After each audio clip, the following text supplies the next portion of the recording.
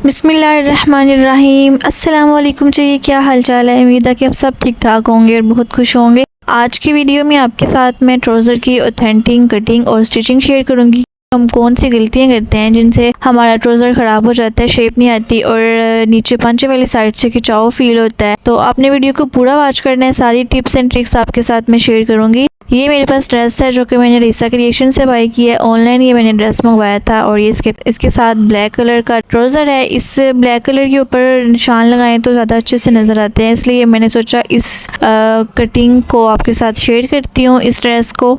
इस ड्रेस की complete cutting मैं शेयर करूँगी। इस वीडियो में आपके साथ ट्राउज़र शेयर करूँगी और जो दूसरी वीडियो होगी इसका पार्ट 2, उसमें आपके साथ मैं इसकी शर्ट की कटिंग शेयर करूँगी और स्टिचिंग भी। सबसे पहले हमने कपड़े को इस तरह से फोल्ड करके रख लेना है और इसकी लेंथ की मार्किंग करनी है जो कि मुझे चाहिए 37 इंचज़ रेडी। तो इसमें हम लोग 2 इंचज़ ऐड करेंगे पांचे का और 2 इंचज़ ऐड करेंगे नेफे का, तो ये हो जाएगा 41 इंचज़। लेकिन मैं 39 इंचज़ ही तैयार करूँगी क्योंकि मैंने जो नीचे फोल्डिंग करनी है ना पांचे की, उसके लिए मैंने अलग से कपड़ा अटैच करना है। वो इसलिए कि मैंने इस शलवार के कपड़े में से ही मैंने इनर का कपड़ा निकालना है, तो इसलिए मैं नीचे से अलग से फोल्ड कर लूँगी ताकि मेरा कपड़ा निकल जाए ऊपर से। तो ये जो बंद वाली साइड है ना, जहाँ से बंद होता है ना, मतलब कपड़ा फोल्ड करने के बाद, तो उस साइड से हमने पांचे की मार्किंग करनी है और जो खुली वाली साइड है ऊपर से लेंथ में, उस साइड से हमने नेफे की मार्किंग करनी है। वो इसलिए कि अगर हम लोग ऊपर से इस तरह से मार्किंग करेंगे ना तो हमारा कपड़ा अच्छा बच जाएगा। मतलब हमने इनर बनानी है तो वो उसके लिए कपड़ा अच्छा बच जाएगा। अगर हम लोग ऊपर नेफे को रख देंगे बंद वाली साइड पे और दूसरी चीज़ को रख देंगे खुली वाली साइड पे, तो उसकी वजह से हमारा कपड़ा कम बचेगा। तो इस तरह से ये टिप्स होती हैं जिससे आप अपने कपड़े को बचा लेते हैं। यहाँ पर मैंने लेंथ ली है आसन की नेफे की फोल्डिंग के बाद 14.5 इंचज़ और इसकी विड्थ मैंने ली है आसन की 14 इंचज़। अब इस तरह से हमने लेंथ में सारी मार्किंग कर लेनी है और इन निशानों को सीधा कर लेना है। और सीधा करने के बाद हमने जो ये निशान लगाए हैं चौड़ाई में, यहाँ से हमने 2 इंच और मज़ीद बढ़ाना है। ये इसलिए बढ़ाना है कि हमने यहाँ से गुलाई में मार्किंग करनी होती है, इस वजह से हमने इसको बढ़ाना है। ये देखिए मैंने यहाँ पे गुलाई में मार्किंग कर ली है।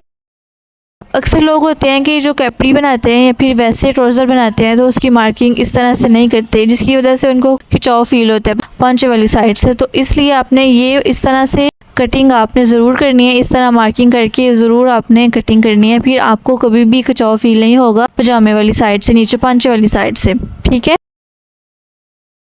तो उसके बाद हमने नीचे से पांचे की मार्किंग करनी है नीचे वाली साइड से।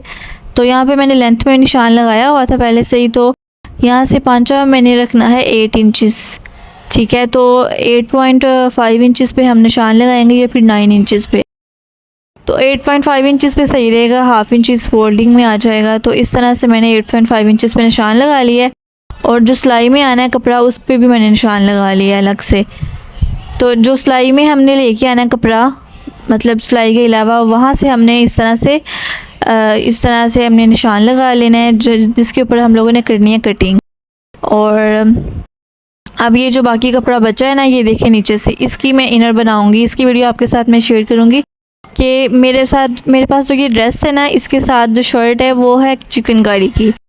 तो आज़ारी बात है कि चिकनकारी के नीचे फिर इनर लगती है, तो इसलिए मैंने सोचा ज़रूर कपड़ा जो है वो बाय करना है शॉप से, तो इसी कपड़े में से ही हम जुगाड़ लगा के अपनी इनर बना लेंगे। ठीक है, क्योंकि चिकनकारी वाली ड्रेसेस के साथ सेम कलर की जो है वो हमारी इनर बनती है। तो ये बहुत अच्छी टिप है कि आप शलवार में से कपड़ा निकाल के चिकनकारी की जो है वो इनर बना लें शर्ट की। तो यहाँ पे मैंने सारी कटिंग कर ली है, नीचे से भी और ऊपर से भी इस तरह से। और अब मैं आपको दिखाती हूँ इसकी फ़ाइनल लुक। इस तरह से ये देखें कुछ आया है कटिंग होने के बाद ट्राउज़र।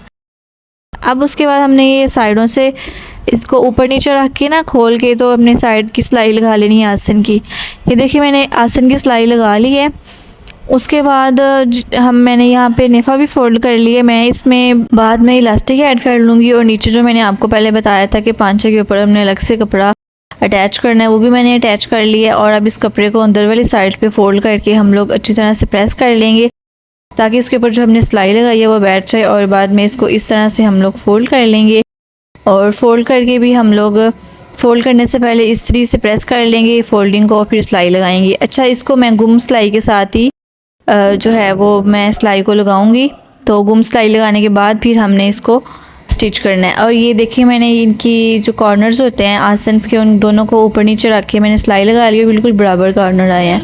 अब जी हमने फिटिंग की सिलाई में ही पांचे को गुम सिलाई के साथ कवर करना है। वो इस तरह के हमने जो है वो एक साइड को अंदर रखना है और जो दूसरी साइड है उसका जो हमने पांचा नीचे से फोल्ड करना है उसको ऊपर ला के इस तरह से फोल्डिंग कर देनी है। ये देखें, ये मैंने नीचे रखा है, दोनों पांचों को इस तरह जोड़ के रखना है और जो नीचे वाली साइड का पांचे की फोल्डिंग है ना उसको ऊपर ला के इस तरह से हमने सिलाई लगानी है और उसको ऊपर ही इस तरह से जितनी फोल्डिंग होनी है दोनों को बराबर करके फोल्ड करके हमने सिलाई लगा लेनी है। और फिर आगे से हमने सारी सिलाई को कंप्लीट कर देना है, जितनी भी फिटिंग की सिलाई आती है। एक साइड की हमने सिलाई लगानी है और फिर उसके बाद हमने जो है वो कपड़े को निकाल लेना है मशीन से और फिर सेम इसी तरह से एज़ इट इज़ हमने दूसरी साइड के पांचों को भी गुम सिलाई लगानी है और उसको भी यहाँ पे आसन तक लेके आ जाना है। और फिर इस तरह से हमारी इस कंप्लीट शलवार की सिलाई हो जाएगी कंप्लीट।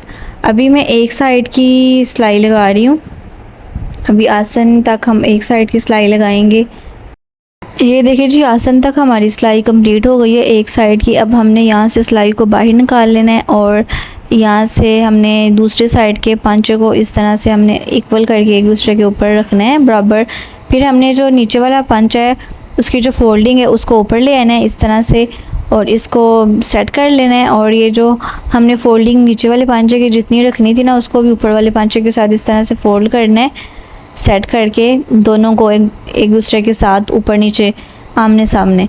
तो हमने ये देखिए सिलाई लगा लेनी है और इसी तरह से हमने सिलाई को कंप्लीट कर लेना है अपनी आसन तक, जिस तरह से हमने दूसरी साइड की सिलाई लगाई थी। और सिलाई लगाने के बाद हमारी जो है वो कंप्लीट स्टिचिंग हो जाएगी, तकरीबन सिलाई कंप्लीट हो जाएगी। नीचे से जो हमने पांचा फोल्ड किया है उस पर आप चाहें तो आप तरपाई कर लें या फिर चाहें तो आप इस तरह से इनको सेट करने के बाद सीधा करके आप सिलाई लगा लें। मैं तो वैसे सिलाई ही लगाई थी, लेकिन कुछ लोग तरपाई भी कर लेते हैं। तरपाई मैं इसलिए नहीं करती, जो है ये जो सर्दियों के कपड़े होते हैं ना, ये एक दो दफ़ा धोने से इनके धागे निकल आते हैं अगर ओवरलॉक ना हुई हो। ओवरलॉक अगर हुई होगी तो फिर सही रहते हैं, लेकिन हम सारी शलवार पे ओवरलॉक करा लेते हैं, लेकिन पांचों पे कैसे ओवरलॉक हो।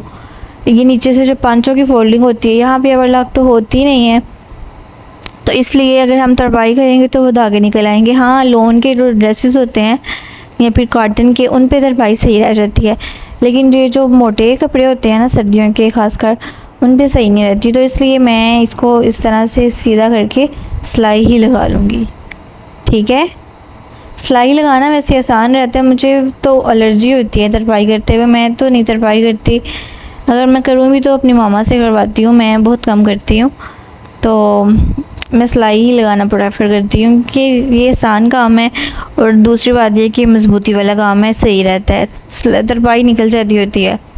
ठीक है, ये देखिए मैंने सिलाई लगा ली है और हमारी कंप्लीट हो गई है स्टिचिंग भी और कटिंग। मैंने आपको जो पहले बताई थी, आप उन्हीं स्टेप्स को फॉलो कीजिएगा, आपका ट्राउज़र बिल्कुल इसी तरह से बहुत अच्छा बनेगा।